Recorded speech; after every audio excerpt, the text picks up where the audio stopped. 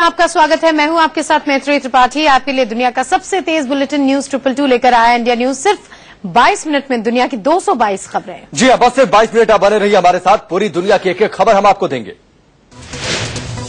Bulletin की शुरुआत world cup football से। आज है फुटबॉल जगत का सबसे बड़ा मुकाबला और एक उपराज्यपाल की नियुक्ति भी होगी।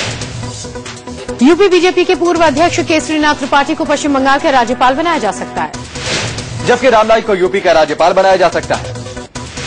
वहीं दिल्ली के वरिष्ठ बीजेपी नेता वीके मल्होत्रा को पंजाब का राज्यपाल बनाया जा सकता है, जबकि कैलाश जोशी को छत्तीसगढ़ या फिर गोवा का गवर्नर नियुक्त किया जा सकता है।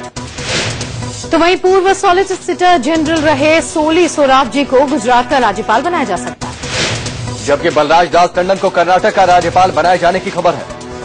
साथ ही सूत्रों के हवाले से खबर है कि केरल के राज्यपाल शीला दीक्षित को नॉर्थ ईस्ट भेजा जा सकता है। राजस्थान की राज्यपाल मार्गरेट टलवा ने गोवा के राज्यपाल के तौर पर शपथ ली। उन्हें गुजरात के साथ गोवा का भी अतिरिक्त प्रभार दिया गया है। बीजेपी अध्यक्ष और मोदी के सिपह सलार अमित शाह के बेटे जय शाह की आज सगाई है।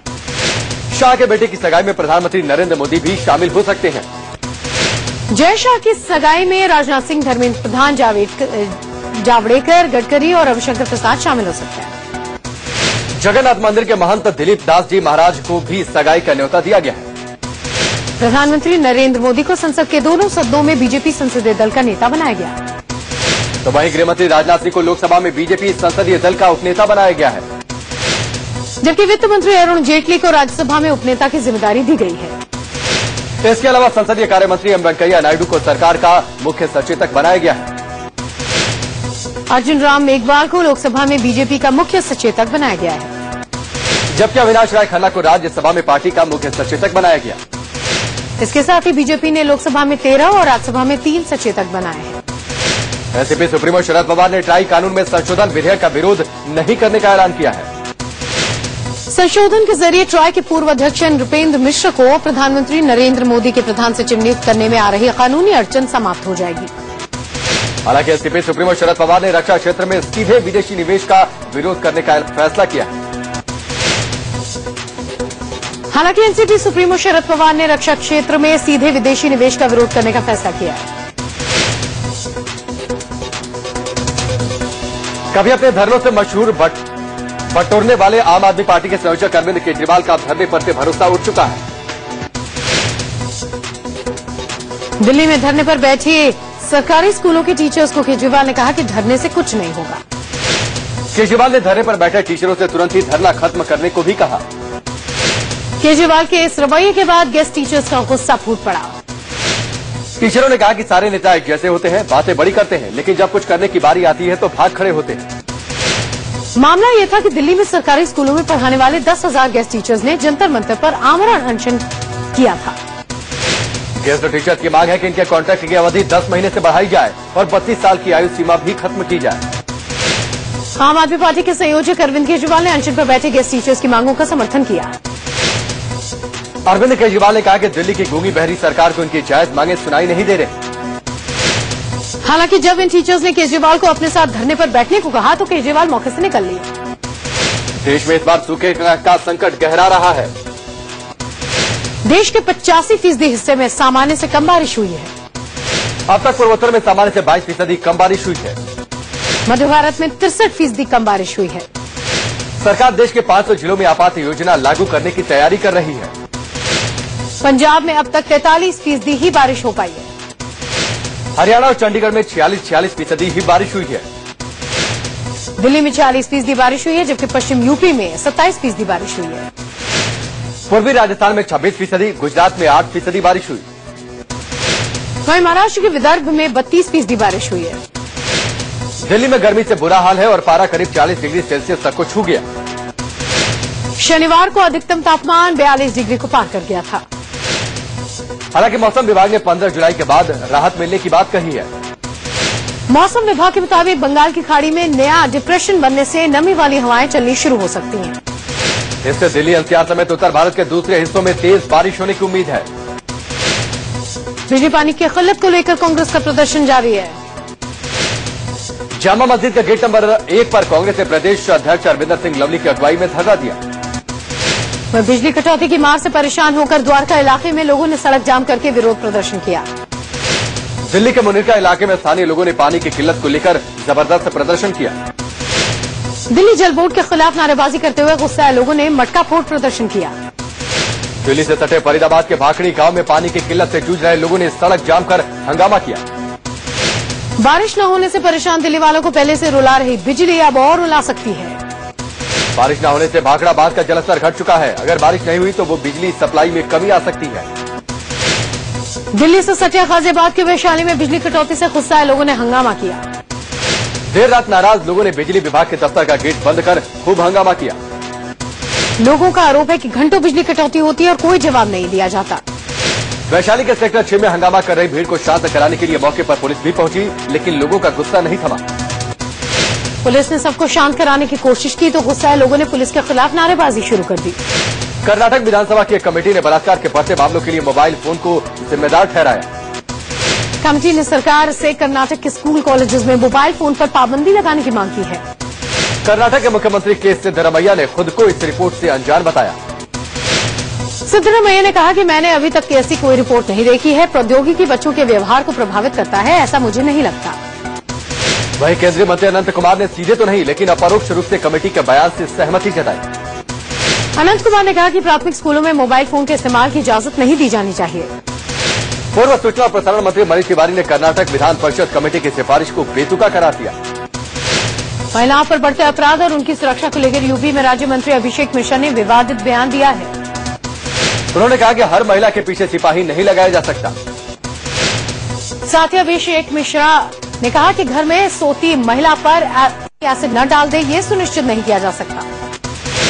यूपी के विज्ञान और प्रौद्योगिकी राज्य मंत्री अभिषेक मिश्रा ने ये बातें मलाला डे पर आयोजित एक कार्यक्रम में कही। इस कार्यक्रम में पूर्व आईपीएस अधिकारी किरण बेदी भी हिस्सा ले रही थी।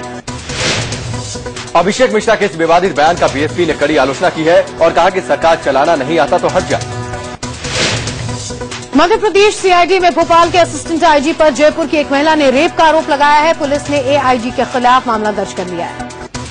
आरोप है कि एआईजी पिछले 2 साल से उसका शोषण कर रहा है। एआईजी पर पीड़ित महिला और उसकी बेटी की अश्लील क्लिप बनाने का भी आरोप है। महिला ने आरोप लगाया कि मामला दर्ज करवाने के बाद उसे लगातार धमकियां मिल रही हैं।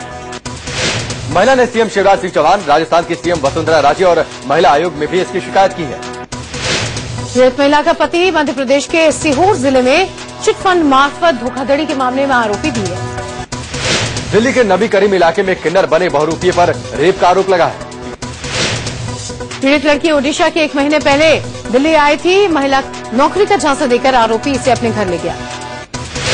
पीड़ित का आरोप है कि आरोपी ने बंधक बनाकर इसके साथ रेप किया। पुलिस ने आरोपी को गिरफ्तार कर लिया है। यूपी के जौनपुर में एक पंचायत ने रेप पीड़ित लड़की को तालिबानी फरमान सुनाकर समझौता करने के लिए मजबूर कर दिया। पहले मामले में पंचायत ने लड़की की आबरू की कीमत 10,000 लगाई तो दूसरी लड़की की इज्जत की कीमत 2,50,000 लगाई। मामला जब मीडिया में पहुंचा तो आनंद फानन में पुलिस ने मुकदमा दर्ज कर दोनों मामलों के आरोपियों को गिरफ्तार कर जेल भेज दिया।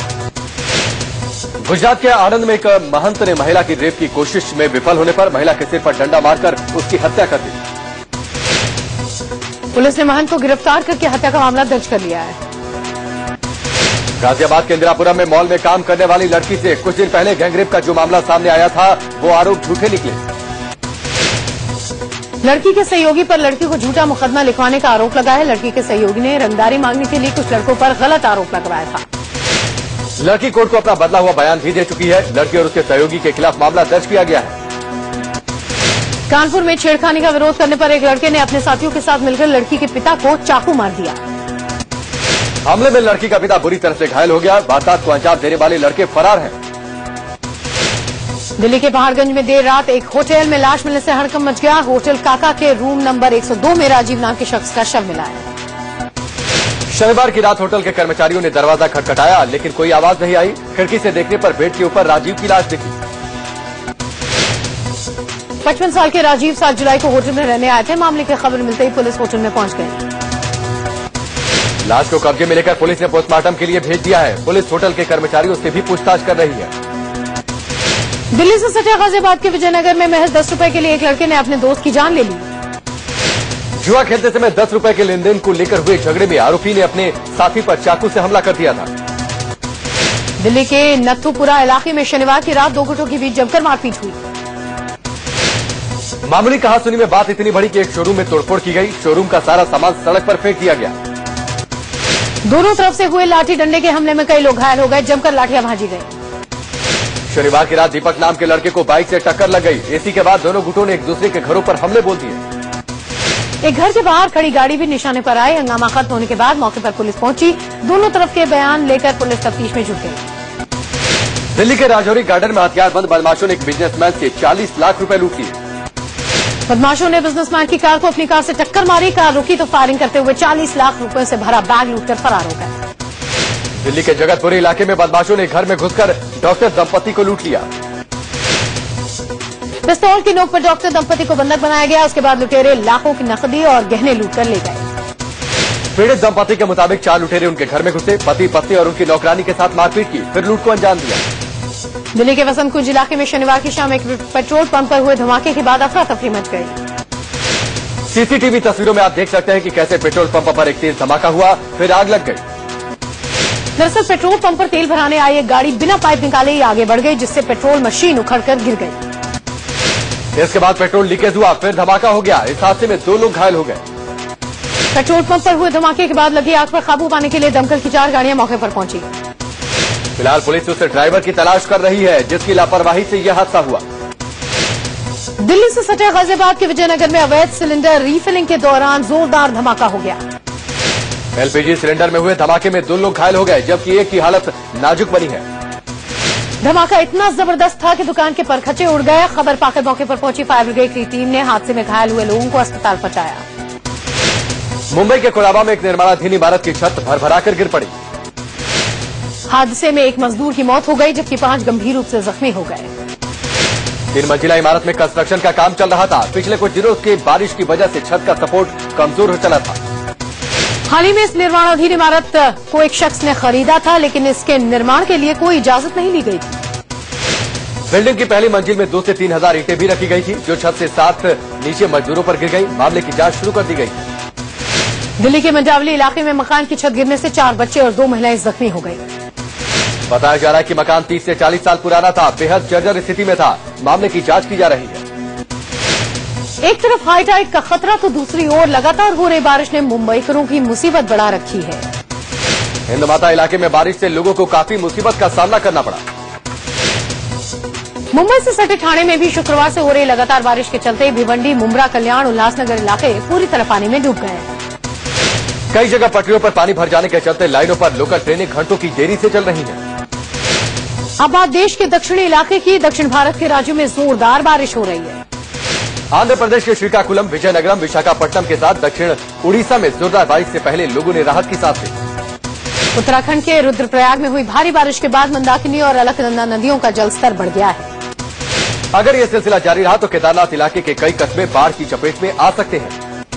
पश्चिम बंगाल के मालदा मेडिकल कॉलेज में पिछले 24 घंटे में 7 नवजात बच्चों की मौत हो गई है। सभी बच्चे 1 महीने से कम के थे। जन्म के समय कम वजन, कुपोषण और सांस संबंधी बीमारियों की वजह से बच्चों की मौत हुई। सिर्फ जून में ही संदिग्ध इंसेफेलाइटिस की वजह से इन अस्पताल में भर्ती किए गए 23 नवजात बच्चों की मौत हो गई थी। इसी साल जनवरी में 12 से भी ज्यादा बच्चों की मौत के बाद मालदा का ये सरकारी अस्पताल सुर्खियों में आया था। गाजियाबाद में सेल्स टैक्स डिपार्टमेंट ने कार से 12 किलो सोने के बिस्किट बरामद किए। NH-24 पर एक कार की चेकिंग के दौरान ये सोने के बिस्किट पकड़े गए। ये सोना दिल्ली से आगरा भेजा जा रहा था। यूपी के इटावा में अवैध शराब को जब्त करने वाली आबकारी टीम पर शराब माफियाओं ने हमला कर दिया। इटावा में 400 से ज्यादा शराब माफियाओं ने अधिकारी, पुलिसकर्मी और महिला दल के सदस्यों को जमकर पीटा। यूपी के प्रतापगढ़ में पुलिस ने कैबिनेट मंत्री राजा भैया के करीबी गुलशन यादव को गुंडागर्दी करने के आरोप में गिरफ्तार कर लिया। गुलशन यादव पर कुछ दिन पहले कुंडा में दारोगा से मारपीट और अपने गुर्गों के साथ मिलकर उत्पात मचाने का आरोप है। यूपी के महाराजगंज में भारत नेपाल की सोनौली सीमा पर एसएसबी ने 30 किलो चरस के साथ एक शख्स को गिरफ्तार किया। पकड़ा गया शख्स इजराइल का रहने वाला है। बरामद चरस की कीमत 30 करोड़ बताई जा रही है। पश्चिम बंगाल के बागडोगरा में एयर इंडिया और इंडिगो एयरलाइंस के विमान हवा में टकराने से बाल बाल बच गए। दोनों विमानों में 250 यात्री थे। बताया जा रहा है कि एटीसी की गलती से दोनों विमान 1000 मीटर से कम की दूरी पर आ गए थे। डीजीसीए ने घटना की जांच के आदेश दे दिए हैं। एटीसी ने ही दोनों विमानों को एक निश्चित ऊंचाई पर आने की मंजूरी दे दी थी। एयर इंडिया की फ्लाइट 879 में 120 यात्री थे और ये उतर रहा था। इसी दौरान बागडोगरा से दिल्ली जा रहे इंडिगो की फ्लाइट 6472 को भी उसी ऊंचाई पर उड़ने की मंजूरी दे दी गई, जिससे दोनों विमान काफी नजदीक आ गए। बिहार के जहानाबाद में सावन मेले के उद्घाटन के दौरान सीएम जीतन राम मांझी के कार्यक्रम में जमकर हंगामा हो गया। सत्ताधारी दल जेडीयू के दो नेता सीएम के सामने ही एक दूसरे से लड़ने लगे। सीएम के हस्तक्षेप के बाद मामला शांत हुआ। पाकिस्तान ने एक बार फिर सीज फायर का उल्लंघन करते हुए जम्मू कश्मीर के पिंडी आउटपोस्ट